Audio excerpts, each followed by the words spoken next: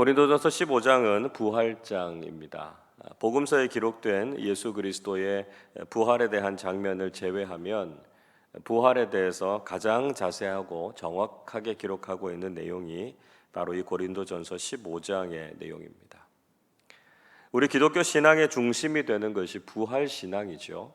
그래서 이 고린도전서 15장이 굉장히 중요한 내용을 담고 있습니다.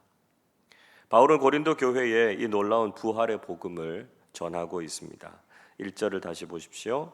형제들아, 내가 너희에게 전한 복음을 너희에게 알게 하노니 이는 너희가 받은 것이요 또 그 가운데 선 것이라 말씀하고 있습니다. 바울은 내가 너희에게 전한 복음 이렇게 표현하고 있습니다.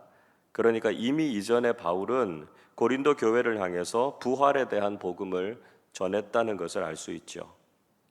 그리고 바울은 고린도 지역에서 전도하고 교회를 세울 때 이 부활의 복음 위에, 부활의 신앙 위에 교회를 세웠다 이야기하고 있습니다. 교회와 그리스도인의 신앙의 핵심이 되는 것, 그리고 우리의 신앙의 기초가 되는 것이 바로 이 부활 신앙이라고 하는 것을 잊지 말아야 한다는 것이죠. 바로 이 부활 신앙이 우리에게 구원을 가져다 주었다 이야기하고 있습니다. 2절 보십시오. 너희가 만일 내가 전한 그 말을 굳게 지키고 헛되이 믿지 아니하였으면 그로 말미암아 구원을 받으리라 말씀하고 있습니다. 우리가 가지고 있는 기독교 신앙의 내용이 무엇입니까? 그것은 예수 그리스도의 십자가 죽음과 부활이죠. 예수님께서 우리 죄를 대속하시기 위해서 십자가에서 죽으셨습니다.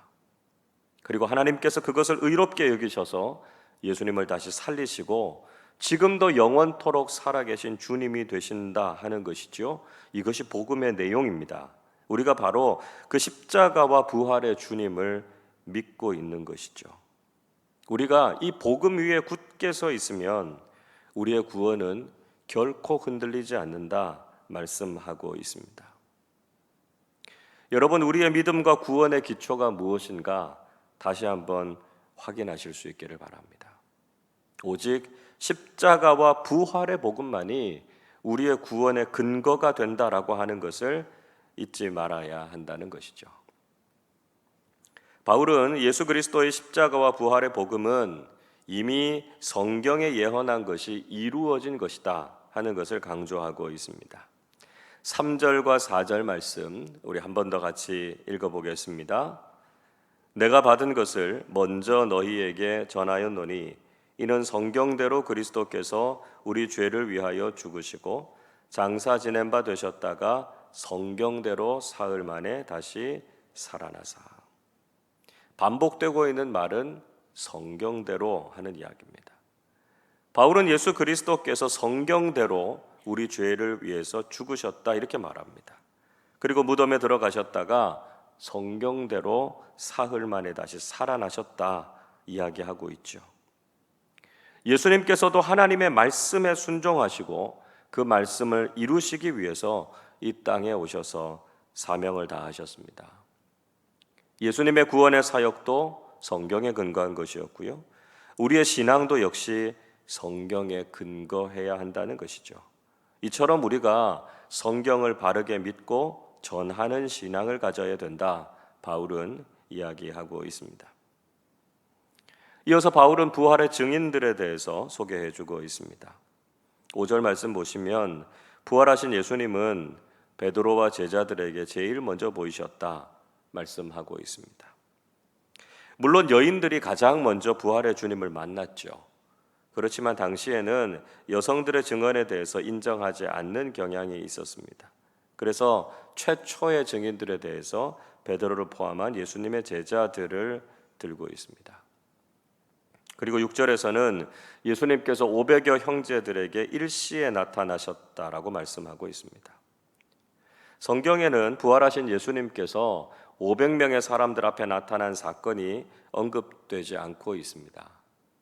그러나 오늘 이 본문에서 바울이 이 사건을 아주 간단하게 소개하고 있죠. 500명에 나타났다 이렇게 간단하게 이야기하고 있는 것은 따로 설명하지 않아도 당시에 이 사건이 아주 잘 알려져 있는 사건이었다라고 하는 것을 우리가 짐작해 볼 수 있습니다. 그리고 7절의 말씀에 보면 야고보와 모든 사도들에게도 나타나셨다 말씀하고 있습니다. 여기에서 언급하고 있는 야고보는 예수님의 동생인 야고보를 말하는 것일 겁니다. 그러니까 부활하신 예수님께서는 12제자들 이외에도 여러 사도들에게 나타나셨다 하는 것을 이야기하고 있죠. 그리고 마지막에는 자신에게도 나타나셨다 말씀합니다. 8절 보십시오. 맨 나중에 만삭되지 못하여 난 자 같은 내게도 보이셨느니라. 바울은 자신을 겸손하게 낮추고 있습니다. 만삭되지 못하여 난 자 같은 자신 이야기하죠. 부족하고 보잘것없는 자신에게도 부활하신 주님께서 나타나시고 만나주셨다는 것을 고백하고 있습니다. 물론 바울은 부활하신 주님을 직접 만난 적이 없습니다. 단지 다메섹으로 가는 길에서 환상 중에 부활하신 주님의 음성을 듣고 주님을 알게 되고 만나게 된 것이죠. 그래도 그는 부활의 주님을 자신의 삶 속에서 영적으로 깊이 체험했던 것입니다. 자, 이렇게 바울이 부활의 증인들에 대해서 자세하게 소개하고 있는 이유가 무엇일까요? 그 이유는 여전히 많은 사람들이 예수님의 부활을 역사적인 사실로 인정하지 않았기 때문이었습니다. 성경은 두세 사람이 증인이 되면 그것을 사실로 받아들이라 이렇게 가르치고 있습니다. 신명기 19장 15절은 이렇게 말씀합니다. 사람의 모든 악에 관하여 또한 모든 죄에 관하여는 한 증인으로만 정할 것이 아니요 두 증인의 입으로나 또는 세 증인의 입으로 그 사건을 확정할 것이며 이렇게 말씀하고 있습니다. 율법에서는 한 사람은 증인이 될 수 없지만 적어도 2명 이상이 입으로 증언하면 그것을 사실로 받아들여야 된다 이렇게 말씀하고 있습니다. 그러나 유독 부활만은 이렇게 수백 명의 직접적인 증인이 있었음에도 불구하고 사람들은 인정하지 않으려고 했다는 것이죠. 이것은 사람들이 얼마나 악한지, 예수 그리스도의 부활을 믿지 않고 인정하지 않으려고 하는지를 여실히 보여주고 있습니다. 우리는 분명한 역사적인 사실인 예수님의 부활을 믿고 그 위에 우리의 신앙의 기초를 세워야 한다는 것이죠. 계속해서 바울은 자신이 어떻게 사도가 되었는가 하는 것을 고백하고 있습니다. 9절 보십시오. 나는 사도 중에 가장 작은 자라 나는 하나님의 교회를 박해하였으므로 사도라 칭함 받기를 감당하지 못할 자니라 이야기합니다. 바울은 자신이 사도들 중에 가장 작은 자다 고백하고 있습니다. 왜냐하면 결정적으로 그가 교회와 그리스도인들을 박해했기 때문에 그렇습니다. 그는 스데반의 순교에 있어서도 주도적인 역할을 했습니다. 예루살렘에서 뿐만 아니라 다메섹까지 가서 그리스도인들을 죽이는 공문을 받으려고 했습니다. 이런 일을 한 바울이 어떻게 사도가 될 수 있겠느냐 공격하는 사람들이 많이 있었습니다. 그래서 바울은 겸손하게 자신의 자금과 자신의 죄인됨을 인정했죠. 디모데전서 1장 15절에서 죄인 중에 내가 괴순이라 바울이 그렇게 고백하고 있지 않습니까? 자신은 도저히 사도라고 불릴 만한 자격이 없는 사람이다라고 하는 것을 인정했습니다. 동시에 그는 자신을 사도로 세우신 것은 하나님의 은혜였음을 고백하고 있습니다. 10절 말씀 우리 한 번 더 같이 읽어보겠습니다.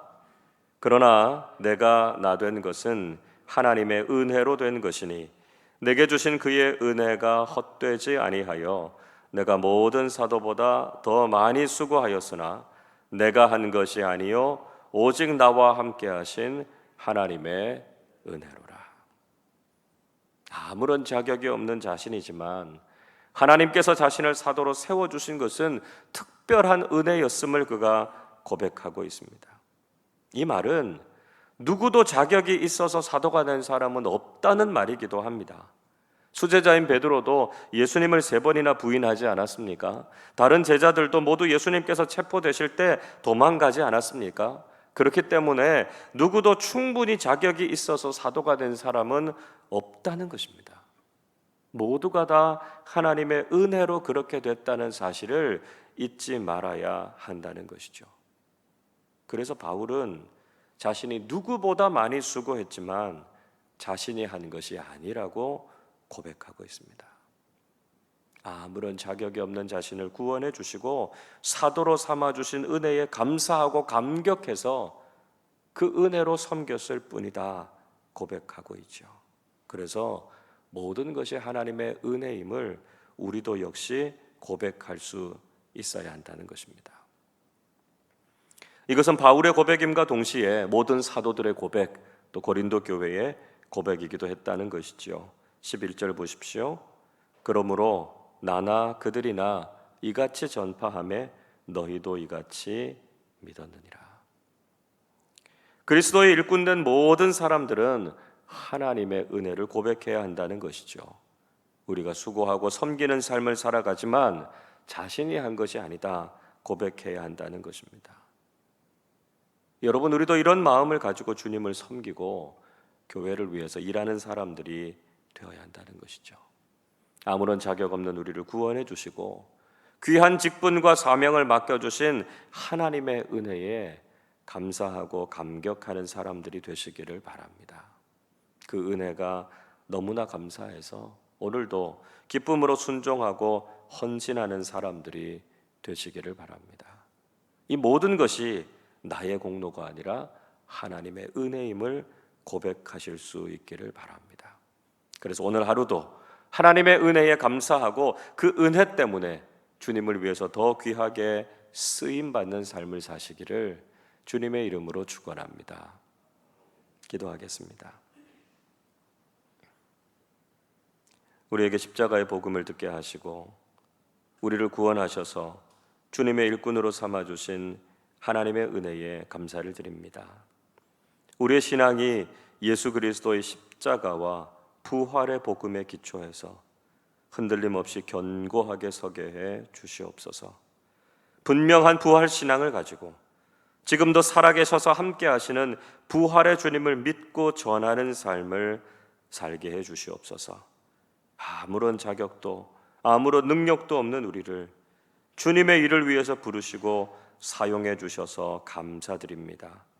늘 기쁨과 감사함으로 헌신하게 하시고 조금이라도 자신을 자랑하거나 드러내지 않게 해 주시옵소서. 오늘도 하나님의 은혜와 사랑에 응답하는 믿음의 사람들로 서게 해 주옵소서. 감사드리며 우리 주님 예수 그리스도의 이름으로 기도하옵나이다. 아멘.